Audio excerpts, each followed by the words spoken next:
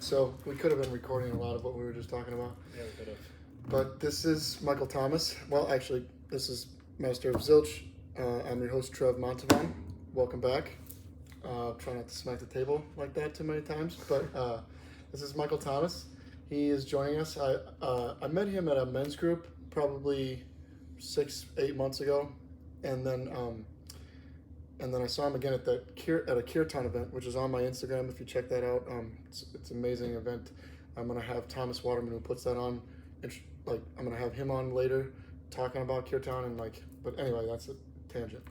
Michael Thomas, he is here with us today, and he's gonna tell us a little bit about his journey through breath work, and also I like his story about having been successful in business and in the financial sense, and then coming to spirituality a little more. Yeah. I wanted him to expand on that, and so Michael, if you could just tell us a little bit about yourself. So, who is Michael Thomas? How did you get here? Kind of your journey, and then where they can find you online. Perfect.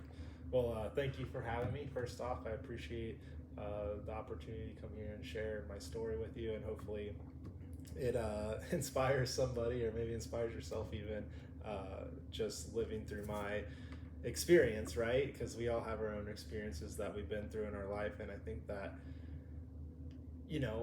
learning from other people's real life lived experiences is a good way to learn without actually going through them, right? So, again, my name is Michael Thomas. I also go by the Inner Death Mentor. My website's innerdeathmentor.com. I have always been an entrepreneur. I've got out of high school and wanted to open a pizzeria, that's how early it started. Nice. But my big first success came from starting a tree company down in Miami, and it was basically a total whim, but I went down to tarp roofs after a hurricane came through there. We went down in an old RV. It had no AC, and you can imagine living in Miami in an RV with no AC. It was terrible. I can't imagine it. Yeah, actually. it was horrible. And we went down there to tarp roofs, and we got down there and we're tarping roofs, and more often than not, people were asking us to cut up the limbs and stuff that have fallen down, stack them in the road, so that people could come by and collect it. And we were working in a small little city called Miami Springs. And so we were doing this house, and the next door neighbor comes over, and he happened to be the city commissioner for the little town, Miami Springs. And he, was chatting with us, and he liked our energy. He saw what we were doing, all the good work we were doing. He's like, hey, also, by the way, we're hiring a new tree company for the city. You should put in a bid. Nice. And we didn't even have a company, right? We didn't have nothing. So we researched how to put together a bid for a government contract, essentially. Created a business. We didn't even have a business name. Created a business. And I remember drawing out the logo on the napkin and stuff. And we presented the proposal, and we won the contract, $2.2 million contract for the year. And you say we, so it wasn't just you? It was me and one other partner, It was just my friend that we went down there. And we went from living in this broken RV to a house in Coconut Grove, going out every night partying, inviting our friends to come down and work for us during the week, Nice. And then the next year we lost the contract, so we were back to zero again. But that was my first real success as an entrepreneur, and ever since then I've just been very eager to continue exploring different opportunities and different pathways to make money, but all while doing it for myself, essentially. I've been a part of a lot of different corporations as well. I worked for corporations. I worked with Darden for a while. I opened up Eddie V's Prime Seafood here in Tampa. I also opened up Rococo Steak in St. Pete. And then from there, I worked with a private equity firm, opening up co-work spaces in small boutique hotels. And then I realized that I need to be working for myself again. So I kind of got off that train and started working for myself again. And I created a promotional and screen printing company. And I ran that for a while, and then ended up selling it. And now to get into more of the wellness space and the spiritual space practice. And so what what motivated you? What steered you in that wellness, like spirituality kind of direction? So that was an interesting turn of events. I was born and raised Catholic. I kind of pushed away that religion as a whole, very early on. I think I was failing every class in Catholic school in 6th or 7th grade, and my mom's like, "What's going on?" I'm like, "I gotta get out of here. Like, you're with the same 30 kids your whole life, and just acting off, getting suspended, whatever." And she put me into public school, and I left there, and I never forget, I came home that day off the bus, and just a huge smile on my face, and I told my mom, I was like, "That's the best day of my life, going into public school." Yeah. It was like a totally different world, and I end up, graduating with honors, fast forwarding it, like I almost, got straight A's from the time I left Catholic school till when I graduated high school. That's amazing. Yeah, so it's just like that change of environment, but once that happened, once I left that school, I was really just over religion as a whole. I didn't, like, the fear-based God didn't really resonate with me, and I just didn't believe in it that much. It's kind of funny you're talking about the fear-based God as the lights are turning off. If you're listening to the audio, in this workspace that I rent, the lights turn off when it gets to a certain time at night, and as he's talking about the fear-based God, the lights are going down. I don't mean to interrupt you, but it's kind of crazy. Yeah. No, it is crazy, but so anyway, I I wasn't spiritual at all. Didn't believe really. It's not that I didn't believe in a God, but I didn't really practice. Yeah, I didn't really practice any religion. No. And I was actually at a photo shoot for my marketing promotional company. I was getting a photo shoot for my website, and there was a girl there. Her name's Kaylee. She actually lives in St. Pete, and she was there getting photos done for her business as well. And I asked her what she did, and she's like, "Oh, I'm a hypnotherapist and a Reiki master." And I really had no concept of what either of those were at the time. And so I'm starting to talk to her and learn more about her business and what she does. And as she told me more about this energy healing and practice that she did, I was like, man, this really sounds something that interests me. And I don't get interested easily. Like, it takes a lot for me to be like, oh man, this sounds really great, and to dive into it. But for whatever reason, it really sparked my interest. So I started researching energy healing, Reiki, Tai Chi, Qigong, and I started practicing it. So I ended up hiring a Tai Chi Qigong coach, did that for a while. Then I went and got certified to be a Reiki practitioner. So I got attuned to the Reiki energy and practiced the modality for a while. And the more I went into it, like, the more and more things just started to make sense. And one day I was walking down Central Avenue in St. Pete, and I'm passing a shop, and it said, Reiki healing inside, and also it was like a tarot card reading place and stuff.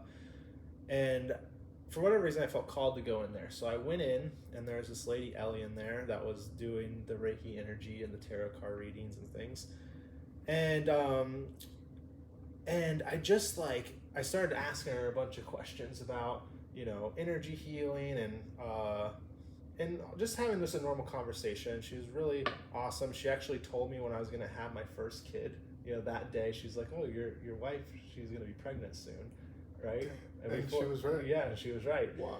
And so that was kind of a crazy moment. But one thing she did for me is she gave me a book recommendation. And the book recommendation was Conversations with God with Neil Donald Walsh. Mm-hmm. And so, all these things were aligning with me. And then I picked up that book, and I actually read the audio book, and it's cool how they narrate it. But that book completely was like, this is it. This is the God that I've been searching for and that I believe in. And it really just changed my world around from that point on, to where I could really know and appreciate something that felt right, you know? And that's kind of what drove me to continue going down this spiritual path, and it's just been a constant evolution since then. Yeah. Cool. Yeah. So maybe we could go into, because you said you're a Wim Hof practitioner, right? Mm-hmm. Like a teacher. Yeah. Yeah. Not practitioner, instructor. Yeah, instructor. Yeah. Because that's awesome. Like, I have gained an enormous amount of benefit from doing that method. Mm-hmm. and I fell off actually for a long time, and just very recently started doing it again. Yeah. It's crazy how much your meditate, like my morning meditation, if I don't do Wim Hof before I do my morning meditation versus if I do it like right before my meditation, my meditation is so much clearer. I feel like I'm making like more quote unquote progress. Yeah. If I did Wim Hof first, it's like clearing the mind, getting you more into your body, and then when you do the meditation, it's so much more like smooth. Yeah, yeah. So Wim Hof, that journey came to me in a weird way, as well. So I found all these new spiritual gifts, and this book that totally changed my life, and I guess what they don't talk about a lot of times with the spiritual awakening is the dark night of the soul process, right? And ultimately, for those listening, what happens is as you go through the spiritual awakening, your vibration is starting to raise higher and higher. And the people and the things in your life that you work towards your entire life to get start to fall off because they're now no longer aligning with your vibration.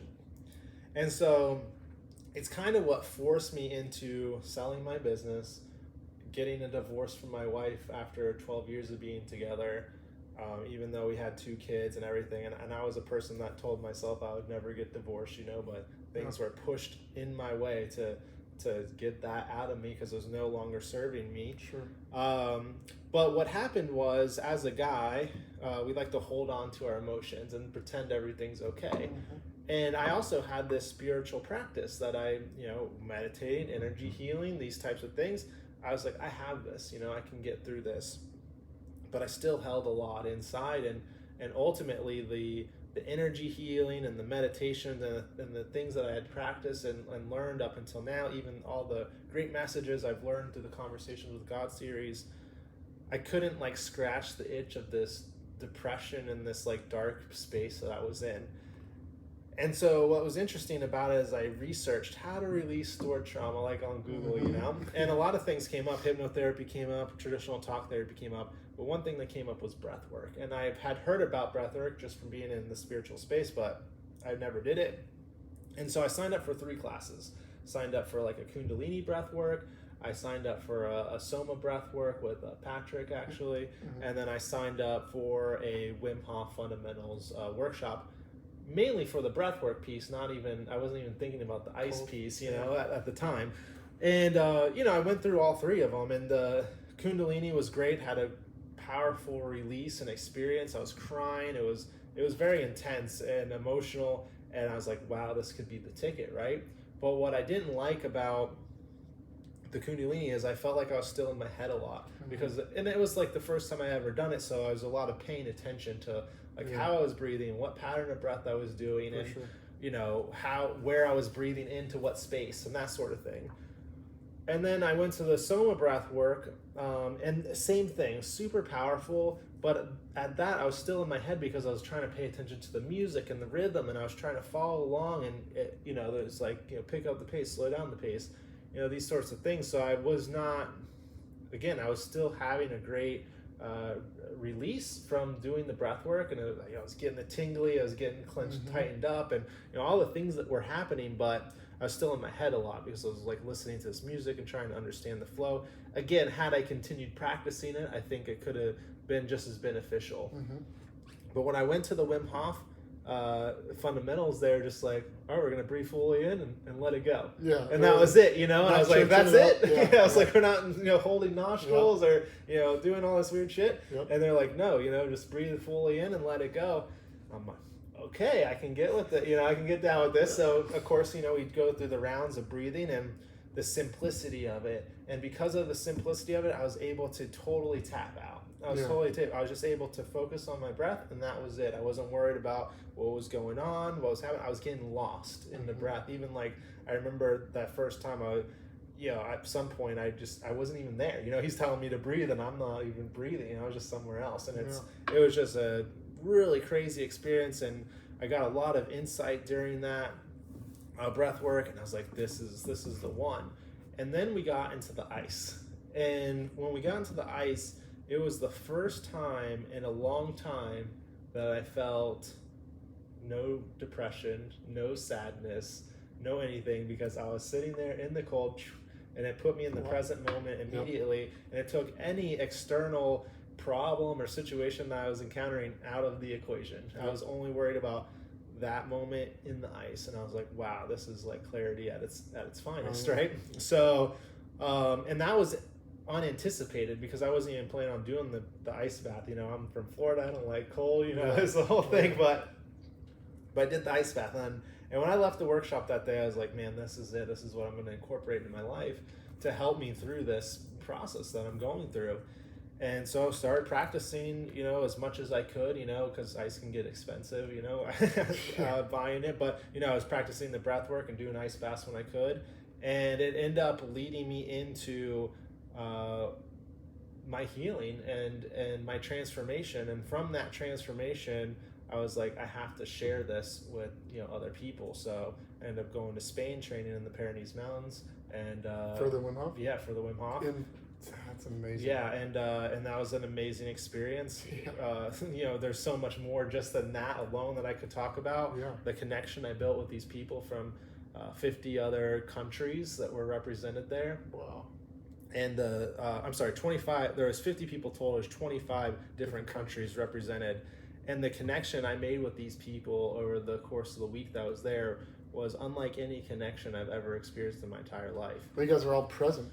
We're all present, we're all vulnerable, we're all, you know, in these really tough situations together. And I, you know, when I got back, I went through like a love withdrawal because I never experienced a love and a passion and such just connection with a group of people that I've, you know, never experienced that. So the whole thing was great, and I'm so excited to be able to like share this with, you know, the local community, and I've been traveling with it as well, so it's been really cool. So you're still teaching?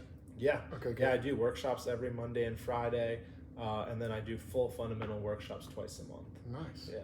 Cool. Yeah. Yeah, very cool. I've just done it on my own with the app, and it's definitely when I was consistent with it, especially when. You know, sometimes you wonder, like, how did I fall off from doing that? Like, it was so beneficial. It's hard. I know, but it's just funny how, like, life works, you know? It's like, a commitment piece, you know? There's a commitment to doing it.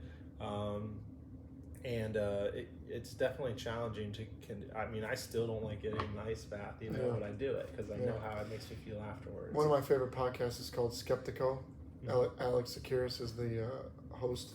Okay. And he started out talking about near-death experiences, but he talks about his yoga practice, and then he also talks about his ice bath and how there's that voice every single morning when you go to do the ice bath. It's still there. You just learn that like that voice doesn't matter. Yeah. Like that voice doesn't have control. You know. It's definitely it's tough. It's tough to do. It's definitely uncomfortable. But, you know, it's that one. It's the hardest thing you'll do all day, right? So and once you get through that. Yep. That's Stephen, one of my last guests, Stephen Falconetti. Okay. He said, you know, it's somebody that I can't remember who told him, but it's eat the frog. In the morning, it's eating the frog. Like, that's the term. Yeah. That hard thing that you got to do, that, like, when you do it, then the rest of the day is easier, you know, because you've, like, set that precedent. Yeah. So one other thing I was going to mention is that guy that's from Skeptico, Alex Tsakiris, he uses, he bought, like, a used, like, chest freezer, right? Yeah. That works. Yeah. Obviously, still. And then he just filled it up with water and then just turns that on, and it's way cheaper than buying ice. Yeah, he said. Yeah, there's a lot of at-home solutions now, and then places are popping up. I'm actually going to be one of them soon, opening up a wellness facility that just has ice baths, saunas, red light therapy, for sure, and breath work space. So there's going to be more of that incorporated, I think, into normal gyms and into their own standalone places, because, you know, the benefits behind these very natural ways of exposing yourself to these elements are very powerful. Yeah. You know, ultimately what's happening is you're putting your body into a state of stress, but it's a good stress. It's called a eustress. And from that eustress, it's a controlled stress. It allows you to release all these, like, you know, healthy chemicals in your body. Yeah, that's gonna benefit you. And I mean, one thing I've thought about from like a metaphysical kind of standpoint too, like think about like when you're in the cold and your body, like, it's generating heat, right? I don't believe in it's just, I mean, it's not that I don't believe, it's not, it's factually, like, the reductionist, like, materialist science viewpoint just doesn't make sense. There has to be some kind of interaction with the ether. That's why you plant a seed and it grows into a plant. There's more going on there than we understand, you know, from outside of whatever this physical realm. So anyway, what I was saying was, like, when you're in that cold and your body starts to generate heat, it's not just chemical reactions. Your body's, like, pulling energy out of some other place, and, like, I feel like that's part of that. I don't know how to describe it, but, like, it just, you know what I'm saying? Like, your body's generating heat out of nowhere. It's not just chemical reactions that's doing that with. And kind of going back to your comment about doing the method prior to meditating, you know, ultimately, you know, from a spiritual standpoint, you're opening your body up to receive, and you're vibrating almost every cell in your body and aligning it to a very specific frequency, which allows you to receive these messages and to be in a place of, like, the present and stillness. And that's how the meditations are more powerful.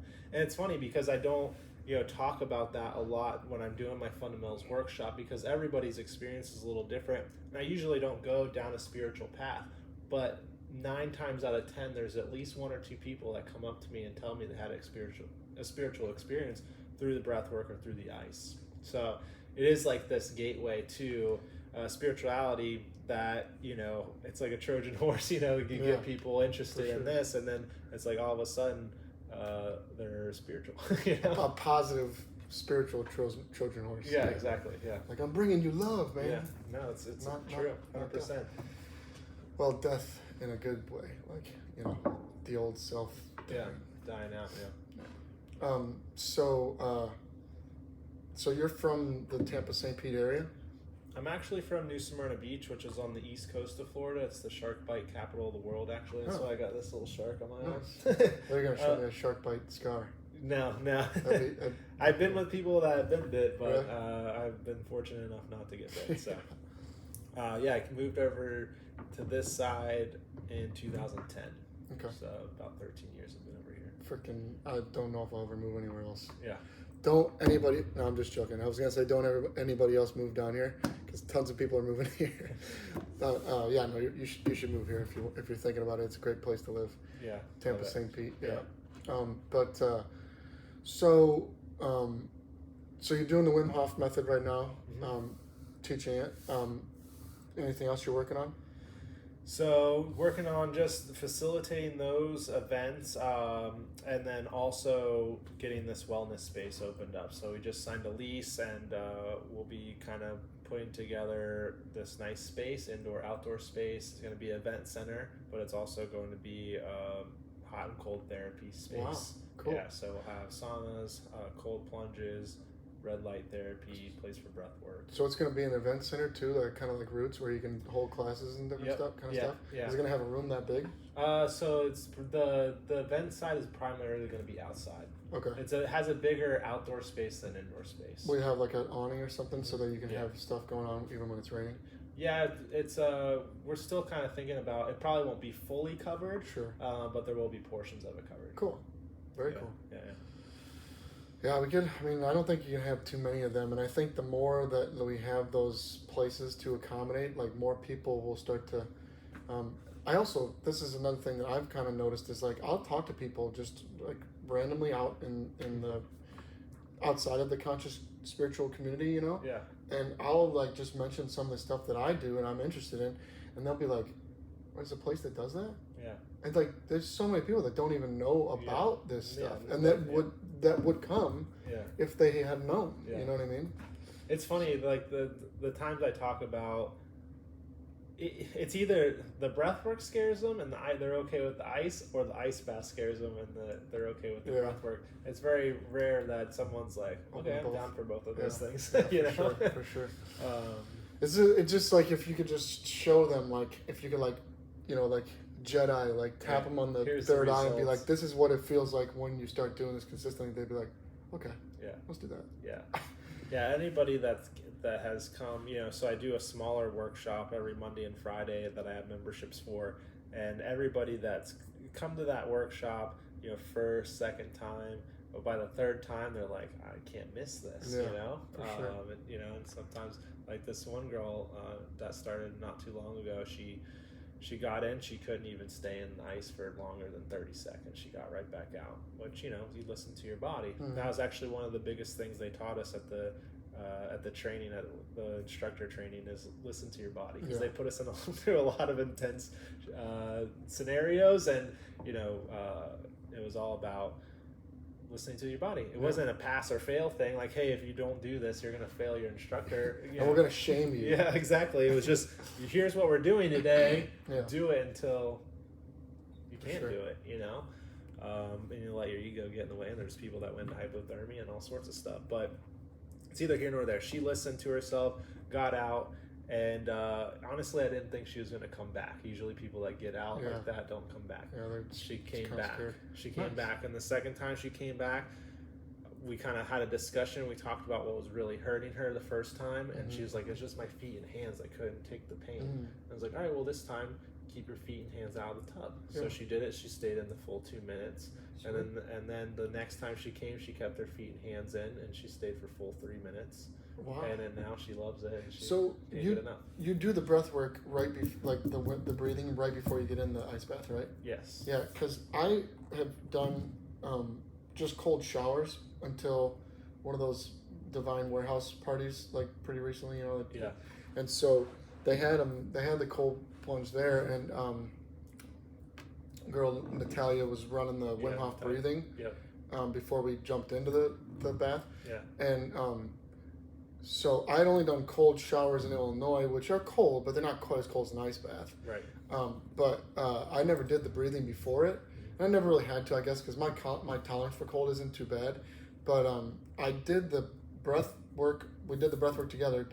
That she took us through 2 rounds of breath work, and then we got in the ice bath, and I felt like it was fine. Like it didn't bother me really, you know. Yeah. And then though, what happened was I was in there for a couple minutes, and then I got out. I thought I was gonna get out, so I stood up, got up to maybe mid stomach, and then I was there for a second, and I was like, you know what, I'm gonna stay and just go a little longer.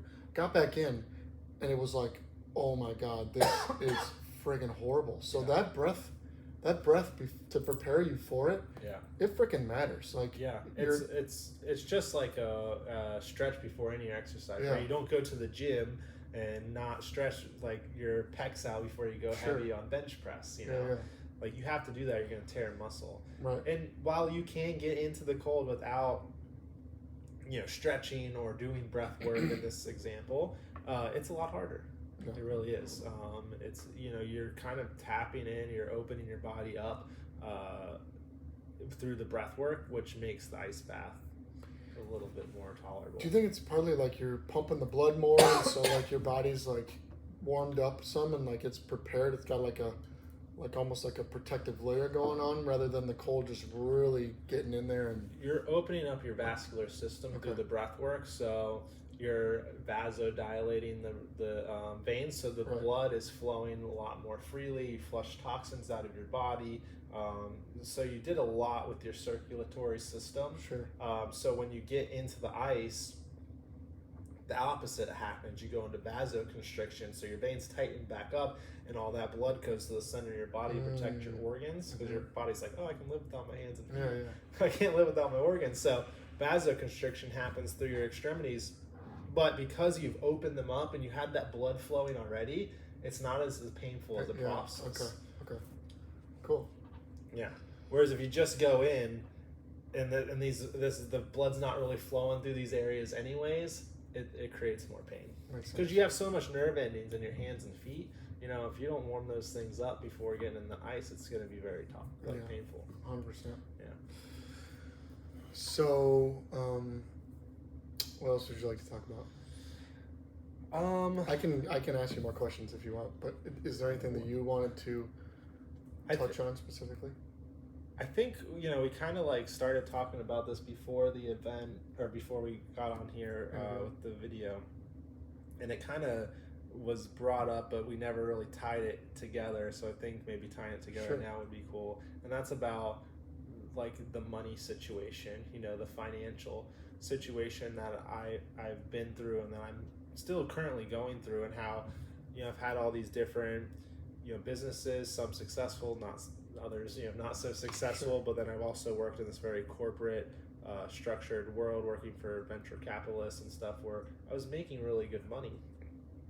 And then I got into this spiritual space, and I started working, trying to make money, the same money that I'm used to, and it was not there. It was not there. And I'm like, how the hell am I supposed to, in my mind, live my purpose, right? Fulfill my purpose, and make money and still continue to have the life that I had, by doing this stuff. And it's still challenging, but I found there was I've made a lot of headway in that. So I was thinking maybe we could touch on that process. Absolutely, yeah. I mean, I think that's a challenge for anyone who starts to go down this path of like self-development, self-empowerment kind of thing, is like, if you're working especially if you have your own business, right, and you're doing like a lot of hours towards that business, it's tough to find the time to do a lot of this self-development stuff and keep the business running. And so I think it'd be awesome to talk about that. Yeah, so what I found is, well, firstly, I realized that it was just my mindset around it. Okay. Like I went into it, I got involved with a certain spiritual group community, and that was all my eyes were open to at the time. So I was kind of blocking out all this potential clientele, because I'm like only looking at what was right in front of me. Because realistically, so many people are going through a spiritual awakening of sorts, and some of them aren't as open about it, but some of them just don't even know who or where to turn to. We have a lot of these younger conscious groups, but there's a lot of older people and stuff that have no idea that these things exist, that have money, that just aren't a part of those things, right? And so first of all, it was a mindset for me. I was like, there's no money in this space, there's no money in this community, how do you make money? And that kind of turned around, that perspective switched when I went to an event that I paid more money than I paid for any spiritual event before in my life. And I realized that, okay, there is money here. There is money in this space, because all these people that showed up to this event paid the same amount of money that I did. And everybody that pulled up to the event was in very nice cars. They all were well-to-do. The event took place in a mansion on the water. So there is the possibility to make money in the spiritual space. You just have to be open to it, open to receive that. And it was almost like I was looking for a sign, like, how do I make money in this space? How do I? And then it was like, here's your sign. Here's your sign. Yeah. So you just have to be open to receiving that message, and then being open to stepping out of maybe your current perspective of the possibilities of where you think you can make money. But the point, or the fact of the matter still comes down to you have to be able to generate that clientele. So like, I mean, you're talking about like that event that you went to, they had it at a really nice house on the water. Mm-hmm. Like that'll attract more people, right? I mean, and then I'm sure they did marketing for it, right? I mean, how did you find out about it? It was just a Facebook event page. Really? Yeah. Like on like one of those groups, or no? It was just I was just searching for different events that night, and I just saw it randomly. Okay. So it wasn't like promoted to me or anything. Huh. Not to say that she didn't run ads. I don't know. Yeah. Because I mean that's part of the problem too. Is like you can have the greatest event if people don't know about it. Yeah. You know what I mean? It's just not gonna. It's interesting. I went to it kind of leads me into this. Went to a 10X conference with Grant Cardone. I don't know if you're familiar with him and that, but it was a couple years ago, and the whole thing was really great. There was a lot of inspirational messages and things, but it's kind of a pitch fest. Like everybody was kind of selling their own product and service and mastermind or whatnot. But Grant Cardone said this one thing, and it really stuck out to me. And I said, it's not about being the best, it's about being the best known. And he's like, you can be the best plumber, roofer, anything, right? But if no one knows who you are, you're not going to get any business. And the person that's just average, but they're the best known, they're going to get all the business.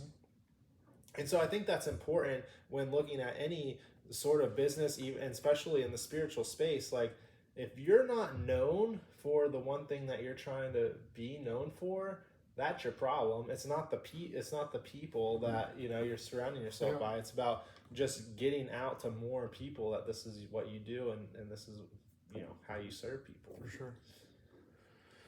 So how do you go about doing that? Well, it's a lot of it comes down to just being social, like on social and in person. You have to do the work. It's like any other job. You have to go out and market yourself, and you have to market yourself online and at events, and wherever you go, you have to be talking about it and representing yourself in a very specific way. And I think where people get hung up on promoting themselves either on social or in person is a lot of people have a lack of confidence in themselves, and maybe in their ability or in their services that they're offering. Sure. Maybe they feel like they're still new and they're not good enough to offer it to some people. Maybe they feel that they just don't necessarily like believe in themselves, ultimately. So it comes down to really sitting with yourself and being like, I got this. I can do this. And this comes back to what I've said multiple times on previous episodes: is looking at yourself in the mirror and like hyping yourself up and like telling yourself like you believe in yourself. It seriously does make a difference. I swear to God, like you're talking to yourself. Yeah. You're looking in your own eyes, and it changes your mindset, right? So another thing I was going to say was I think that another obstacle for people is that not only the lack of confidence then, but then also so especially if you're coming from a financial place where it's not so great, you might have some desperation coming across. You might have an attachment to outcomes because it's like I got bills to pay. This has to happen. Right. Like, so I'm going to go out and talk to people, but someone at this networking event has to go along with this, or I'm not going to eat. You know what I mean? Yeah. So like that's another obstacle. I think that like if you don't have like a comfortable savings set up, where it's like I can go to networking events for 3 months, and if I don't get anyone to do it, it's not like I'm completely screwed. So you just don't have that sense of desperation, urgency that like really pushes people away. Yeah, and I can't. It's one of the most challenging things, honestly, especially if you're in a hard position, to act like you're confident and secure in a very secure position, right? There's this exercise that I'll share with you that I think might be beneficial for this and for some other things. Absolutely. So when you define your purpose, right? Like you can look at purpose as two different things. You can look at purpose as a noun, which is the noun version of purpose is this overarching objective. Like, hey, when I do this, then I'll be fulfilled. Like, it's this one goal, this silver bullet that's going to cure everything in your life, right? I've been guilty of that for so long. A lot of us have. And you can also look at purpose as a verb. And when you look at purpose as a verb, it's simply just your intention that you're setting or plan. That's all the purpose comes down to, is an intention or a plan. And so I choose to look at my purpose and fulfilling it as this verb version. So it's not about this one silver bullet, this overarching thing. Yeah. It's about something that I can choose daily to achieve. And you can, what I found is that you can basically create a chart that says, I'm happiest when I'm being blank. And we fill this out. We can come up with a bunch of adjectives for yourself that make you happiest, right?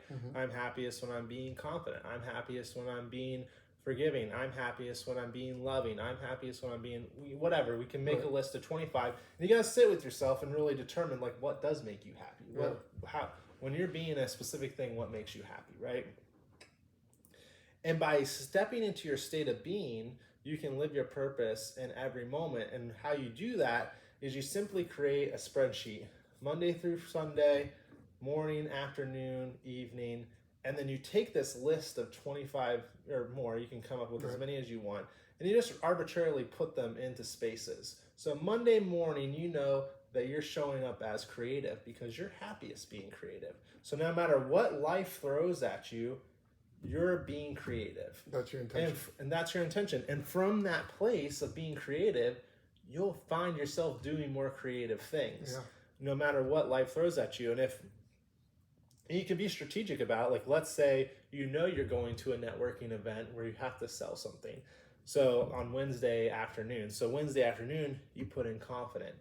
You're happiest when you're being confident. Yeah, so no matter what happens during that event, you just know you're showing up as confident. And from being confident, you're going to find yourself doing more confident things. So it's a very easy, kind of fun solution to map this all out. And it's doing two things. One, it's allowing you to set your state of being. So you're allowing to say, hey, this is how I'm showing up no matter what happens in my life. Mm-hmm. And two, it puts you in the present moment even more. Because instead of thinking about what's going to happen, the outcome, or or what happened in the past when you did this event, you're going to be like, nope, this is how I'm showing up. So confident for that. Yeah, so it's putting you in the present state. And when you're in the present state and you're operating from the state of being that makes you happiest, that's what equals living your purpose and also miracles, essentially. Listen to this guy. This makes so much sense. Yeah. So another thing that I was thinking about is when you're feeling like you're in that place of desperation, and what has worked for me in the past is shift that mindset straight out of like desperation or like, wanting to close something to pay your bills, and to why are you doing this in the first place? Like for you, when you teach Wim Hof, you're just doing it because you want some paper that really doesn't have any real value, but we can pretend like it does, and then you use it to go and get stuff. You know what I mean? I mean, obviously, it's great to be able to like provide for your kids or something like that. But I mean, like, your purpose is not just for the cash. No. It's because you care about people. You want to improve their lives. You want to show them methods that they can take home and do themselves, and it's going to make their life better. It's going to have a really positive impact on their life, and that itself is a greater reward than whatever money you're going to make. So like because I have fell into the trap of like, I gotta make money, like, like I have to close a deal at this event, like, and when you really come to the shift to that mindset and really feel it, like, it might, your mind's gonna reject it at first. It's gonna be like, yeah, but we still have the fucking bills, man. You know what I mean? Yeah. But like, just keep coming back and like, no, like, truly, like, think about, like, I care about people. I really want to help people today. That's why I'm here. Yeah. And when you start coming across with that vibe, with that energy, the shit starts falling into place, because people can sense like, oh, they're here for me. Like, they actually want to help me. Yeah. Exactly. I want to pay this guy money to teach me the Wim Hof. Yeah, 100%. And to go a little further into that, it's interesting that every decision you make is either love-based or fear-based. Yep. That's what it comes down to. Totally. So if you're, I can't remember the word you said, but when you're coming from a place of scarcity, desperation. Yeah, you said desperation. So desperation ultimately equals fear, right? You're desperate because you're fearful that you're not going to be able to pay your bills. Yep. What I found is, it's a cool little like trick, but everything that is anything is made up of love. Right? Yep. So fear in its greatest expression is also love. I totally agree. So when we look at fear from that perspective, we can then understand that fear has the power of love. And sometimes the greatest achievements and the greatest opportunities come from being fearful. So it's not about necessarily being scared of something. It's about harnessing the power of love behind the fear to be able to propel you forward. So as soon as you can start relating fear to power, then you have a new resource, right? Yeah. Like, as soon as you feel fearful, instead of being actually scared, you're powered.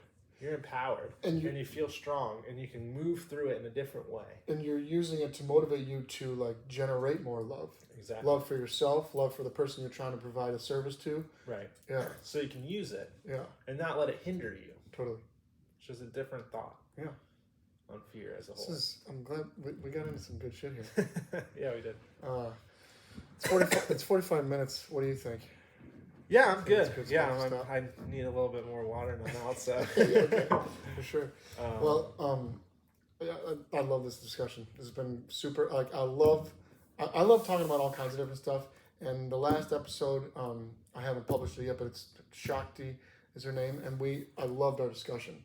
And we definitely have practical things in that one too, but we also talked about some bigger picture stuff. And there's value to both. But I loved having this one to like be like we didn't really talk about big picture stuff that much. We kind of talked about like real life pragmatic stuff. Yeah. And I do want to talk about that with Shakti down the road, but yeah. Anyway. Yeah. So dude, thank you. Yeah, Michael. I appreciate you. Thank you for having me again, and I appreciate it, and I'm hopefully remember to make your bean chart, state of being chart, so you can practice that. And definitely breathe. Like whether you're practicing the Wim Hof method or not, I say this in every workshop, and I don't know who said it first, but it's been said in a lot of different ways, a lot of different times. But you can go you can go weeks without food, days without water, but not minutes without the breath. Yeah. So if you're not spending a couple minutes just consciously breathing a day, like you're missing out. Because this is the number one thing that we should be doing. They're actually finding that every disease known to man, if you break it down, they're oxygen deficient. And that makes sense because when you're talking about cigarettes, obviously it's the toxins that are coming from the cigarettes too, but it's like you're cutting off your oxygen supply, and they say cigarettes can cause cancer and disease in every single organ of the body. Yeah. Makes sense. So it's just like consciously breathe. Even if it's just putting your hand on your chest and doing like 3 or 4 breaths, it can totally, change the direction of your day. 100%. Yeah. So nothing against anybody who smokes cigarettes, because I smoked them, and I only quit smoking them because I had health problems. Otherwise, I'd have probably kept smoking them. So no judgment here. Never judgment. Yeah, no, definitely. We're all on our own journey. It's 100%. That's one thing I learned. Is I kind of divorced myself from the need to change other people's lives, right? Because as a healer and as a practitioner of the Wim Hof Method and all those things, like I could go in it from an ego standpoint saying, I want to change this person's life. And it's not my responsibility to change their life. Nope. It's really not. I'm here to be a guide, a teacher, to show them how they can support themselves. Exactly. And self-sufficiency. And that's all it's about. And when you get rid of that need to make someone do anything, it's a lot of pressure off your shoulders. 100%. Yeah. That's why I like this podcast, because it's like I'm just putting the information out there. Whatever resonates with you, do it. But I'm not like I'm Master of Zilch. So. Right. Yeah. Love it. Yeah. All right. Well, thank you again. Yeah, no problem. Thank you, Michael. Yeah. Thank you guys for listening. This has been another episode of Master of Zilch, and I kind of always like to close it out with this. So you are your own Messiah. I believe in you, and you can do it. So just keep going. Thanks for listening, and we'll be talking again soon.